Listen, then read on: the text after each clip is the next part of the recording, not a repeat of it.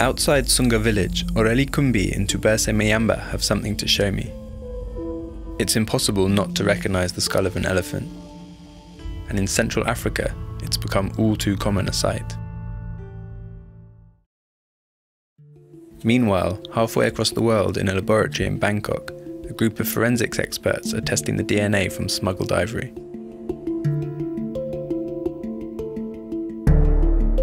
Most of the ivory they test can be traced straight back to Central Africa.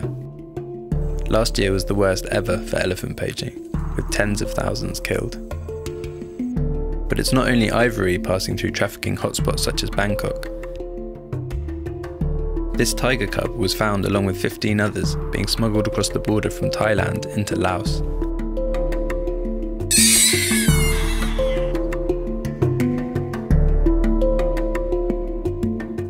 Wildlife products have long been sought after in Asian culture. Animal parts are used as ingredients in traditional remedies. Ivory is carved into amulets, believed to bring good fortune and assure protection for its owners. Now such objects are revered not only for their medicinal and religious significance, but are flashed in aspiring social circles as symbols of affluence and status. Illegal trafficking in wildlife and wildlife products now operates on a scale comparable to the drugs and arms trade, and the two are not unrelated. Many of the same criminal networks and smuggling routes are involved. Worryingly, there is considerable evidence to suggest that profits from wildlife crime are directly funding terrorist cells in unstable African countries.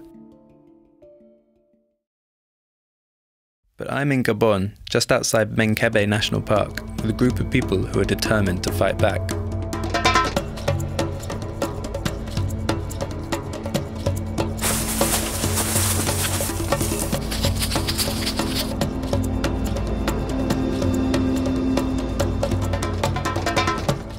This is Soho Jocelyn, an eco-guard. He's about to leave on patrol for 15 days and is saying goodbye to his family. And they all know what's at stake.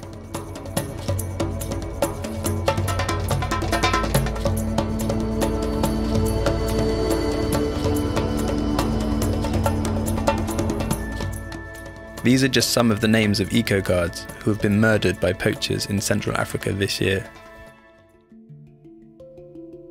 Despite an affluent history of oil and resource extraction, Gabon remains a poor country, making poaching and wildlife crime an easy lifestyle to fall into.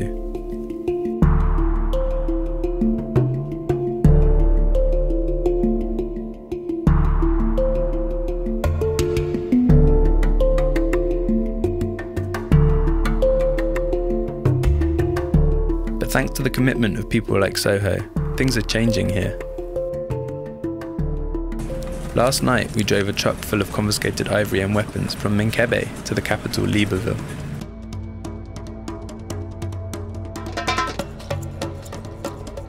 Elephant tusks and arms from all over the country were meticulously counted and then piled up on a hill overlooking the city.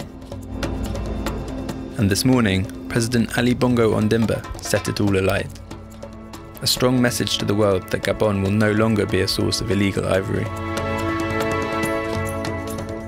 With the flames still burning, the president took me and some journalists on a helicopter tour of his presidential reserve. Such commitment from politicians to protect their wildlife is encouraging, but any real change needs to be enacted on an international level. A new report by conservation group WWF reveals that wildlife crime is an increasing threat to national security and economic development. This week, Gabon is taking the issue to the United Nations to ask that transit and demand countries now play their part too.